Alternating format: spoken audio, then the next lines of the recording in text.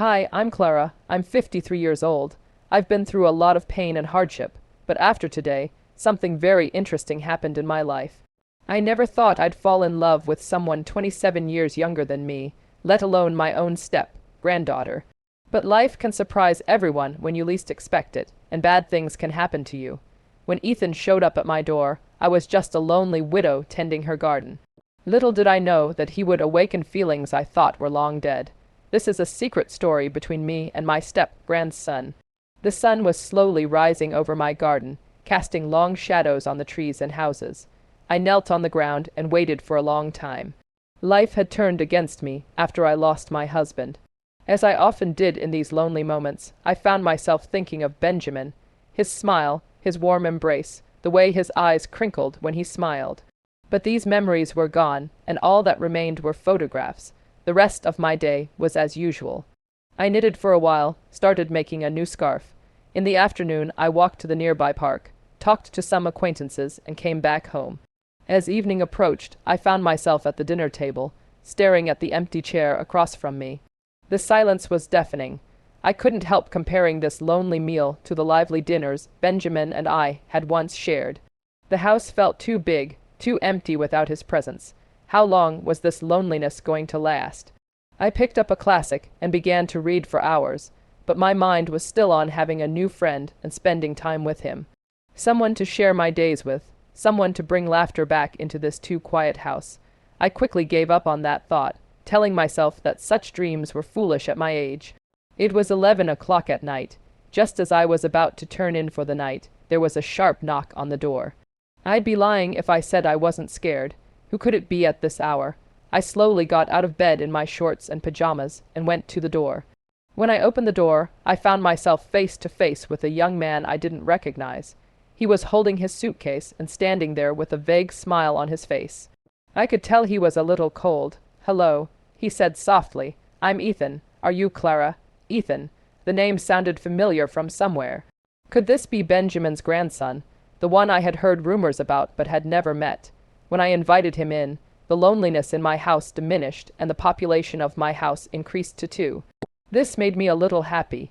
Ethan was tall and thin, his black hair falling over his forehead. His eyes were blue, so similar to Benjamin's that I gasped. He was dressed in a simple t-shirt and jeans. "I apologize for the intrusion," Ethan said, his voice low and hesitant. "My father, your stepson, mentioned that you might let me stay for a while." I was immediately excited. Could this be the end of my lonely days? "Of course," I said, although part of me wanted to turn him down. "You must be tired from your journey. Let me show you to the guest room." I showed him to the empty room, watched him put his bag down and look around. He thanked me, and it was truly the most exciting moment I had experienced in the last 10 years. When I got up to leave the room, Ethan reached out and touched my arm lightly. "I hope we can get to know each other," he said softly. "My grandfather, he always spoke of you fondly." I swallowed hard, torn between the desire to run away and the urge to stay where I was. "I'd like that," I managed to say, too quiet. As I lay in bed that night, I couldn't get the image of Ethan out of my mind, his kind eyes, his gentle smile. As the days passed, I found myself getting used to Ethan. It wasn't just his physical resemblance to Benjamin that excited me. I think there had to be something deeper. One afternoon, I caught Ethan standing in front of the fireplace with a framed photograph in his hand. I recognized it immediately. He looked so happy here. Ethan said softly as I approached, "Was this taken before you got married?" I nodded. "Actually, I said it was at a party when we were young, when we had just met." Looking at the photo brought back memories. Benjamin's laughter, the way the corners of his eyes crinkled when he smiled, the feel of his hand on mine. "Tell me about him," Ethan insisted, his blue eyes, so similar to Benjamin's, staring intently at me. I found myself sharing stories I hadn't thought about in years. The time Benjamin surprised me with a picnic in the park. Our fun dance at a wedding. The miniskirts I wore with him. The way he brought me wildflowers just for that. As we talked, I couldn't help but notice the differences between Ethan and his grandfather. Benjamin was more talkative, while Ethan was quieter, more introverted. Yet there were similarities too. The same crooked smile. The way they both tilted their heads as they listened intently. "He sounds like an amazing man," Ethan said when I finally stopped talking. "He was," I agreed, then hesitated. But towards the end, things changed. I didn't mean to say that, but unfortunately I did, and Ethan's hand touched mine. What do you mean? He asked. The first time I said the truth out loud, I felt a weight lifted off my shoulders. You can guess the truth. Ethan's eyes never left mine, filled with a warmth that made my heart race. I'm sorry, he said, but I'm glad you had those good years together. I thanked him. Ethan cleared his throat and put the photo back on the mantelpiece. A smile appeared on his lips. The garden shed is old, and some of the wood is rotten. He said, we can build a new one together if you like. I found myself smiling, that long, forgotten spark shining brighter. I would love to, I replied, my voice more determined than I felt. As we walked out, I couldn't shake the feeling that something fundamental had changed between us, and for the first time in years, I couldn't wait to see what the future might hold. Ethan's muscles flexed as he lifted a heavy board, his t-shirt clinging to his sweat, dampened skin. I tried to look away, but found myself wondering, when was the last time I had felt such a desire? We had been working on the old garden shed for hours, the summer heat making the air thick and heavy. I handed Ethan the tools, held the boards in place, and tried not to look as he hammered and cut. His movements were fluid and confident, like a young Benjamin. I found myself getting into a comfortable rhythm with Ethan as we worked side by side, chatting about simple things, his favorite books, my garden, the weather, and more. 2.5 hours passed, and are you okay, Clara? Ethan asked, concern evident in his voice. We can take a break if you're tired. We sat down, and I can't tell you how cool he was at that moment. Ethan turned to me with a soft smile, as if sensing my gaze. This is nice, he said quietly. I'm glad we're doing this together. I knew these feelings were inappropriate. He was my step-grandson, young enough to be my son. But in those moments, working side by side, these facts seemed less and less important. All I could focus on was the movement of his hands, the sound of his laughter, and the warmth in his eyes when he looked at me. When we finished for the day, Ethan stretched, his shirt sweating profusely. We make a good team, Ethan said, grinning at me. What's next? We went home, and I opened an album of my old glamour shots, and I picked up a faded photo. It was me, decades younger, laughing on a beach in a tiny pink bathing suit, my hair blowing in the wind, my smile carefree. I barely recognized myself. Ethan leaned in close, his breath warm on my neck. Wow, he said softly. You were mesmerizing. I felt my cheeks flush, was I teased, trying to lighten the suddenly tense atmosphere. He looked into my eyes and said, You're beautiful, Clara. My heart was pounding as I averted my eyes and focused on the photos in my hand. We went through them in silence, each picture a window into my past vacations with Benjamin, family gatherings, quiet moments at home. I found myself looking at the stories on the last pages of the album, the time Benjamin and I got lost on a hike, and found ourselves at a hidden waterfall, my first day teaching, nervous but excited. The day we brought our puppy home, now long gone. We came across a photo of Benjamin and I on our wedding day. We were so young, I murmured. Ethan's hand wrapped around my waist, warm and comforting. You looked happy, he said gently. I nodded, tears in my eyes. We were for a long time, and when Ethan was with me, I thought all kinds of things. My mind screamed that this was wrong, that I should back off. But my body had other ideas. His lips came close to mine, and there were only a few inches between them. At first he was calm, and then he started to tense up. For a moment I found myself kissing for 3 minutes, but then my head snapped back up, and I jerked, gasping for breath. I'm sorry, Ethan said, his voice hoarse. I shouldn't have, we can't. I whispered. It wasn't right, and I felt stupid. What was he thinking? My lips were still tingling from Ethan's kiss. The softness of his lips, it all felt like a dream. But the rapid beating of my heart told me it was real. I couldn't move from where I sat in the dusty attic, my mind a jumbled mess as I tried to make sense of what had just happened. Clara, Ethan's voice was low and hesitant. I'm sorry, I shouldn't have. We sat in silence, the air between us filled with tension. I could feel Ethan's eyes on me, but I didn't dare meet his gaze. I knew that if I did, I would be lost. My mind went through all the reasons why this was wrong. He was much younger than me. She was Benjamin's granddaughter. It had been a long time since anyone had looked at me the way she did, so what could I do? I knew I had to do it. I knew the right thing to do was to end this before it went any further.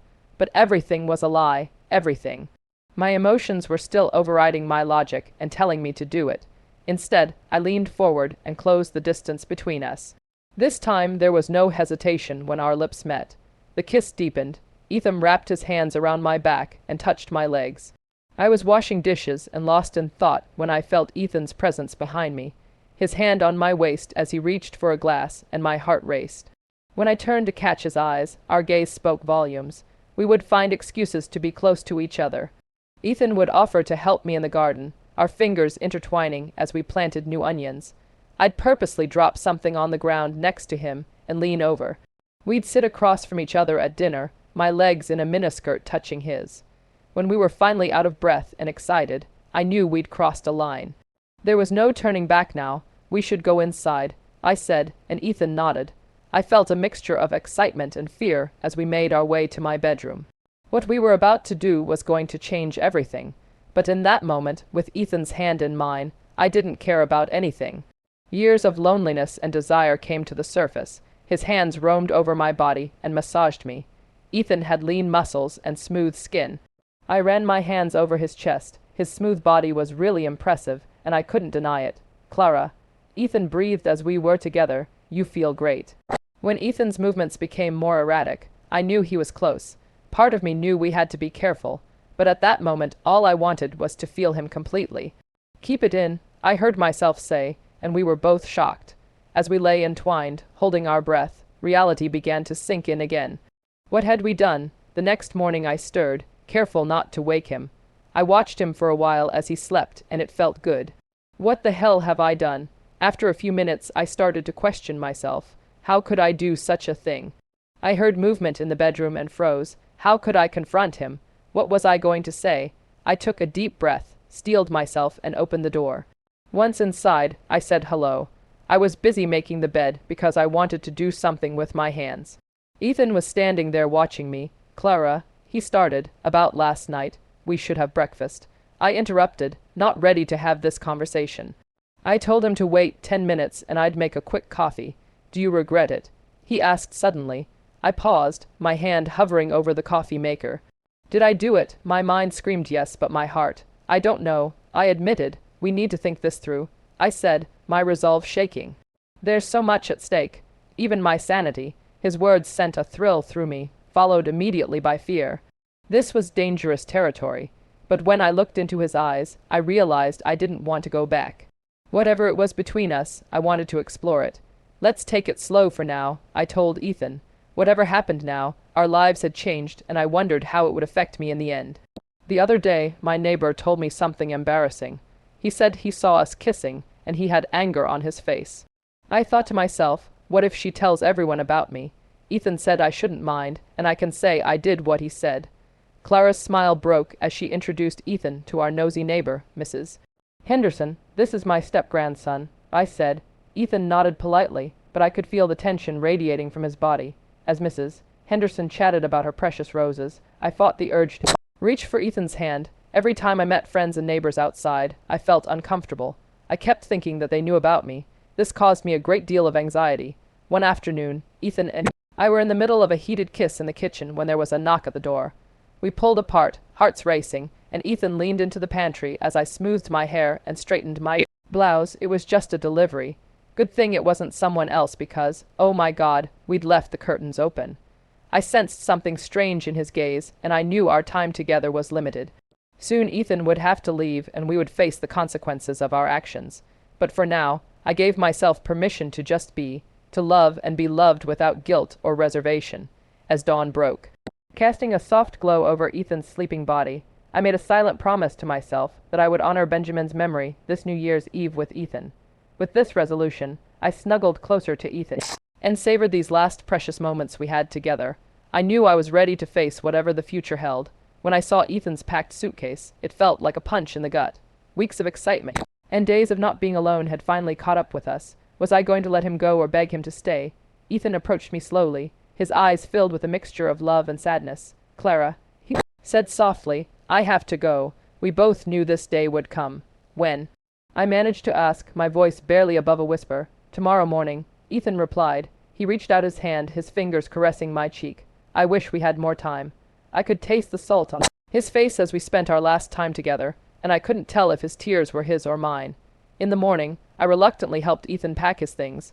each item we packed seeming to end our relationship even more. But as I watched him walk around the room, I knew I was doing the right thing by letting him go. Ethan paused at the door, his hand on the doorknob. He turned to me, his eyes searching mine. Clara, I silenced him, pressing my fingers to his lips. I know, I said softly. So do I. With one last kiss goodbye, Ethan walked out the door. I watched him go, my heart breaking and healing at the same time. When he disappeared down the road, I took a deep breath and drove back home, about to face the reality of my suddenly found and now gone love. I moved to the window and watched Ethan walk down the street, getting smaller and smaller, my chest tightening with every step he took. Part of me wanted to run after him, beg him to stay, but I knew I couldn't.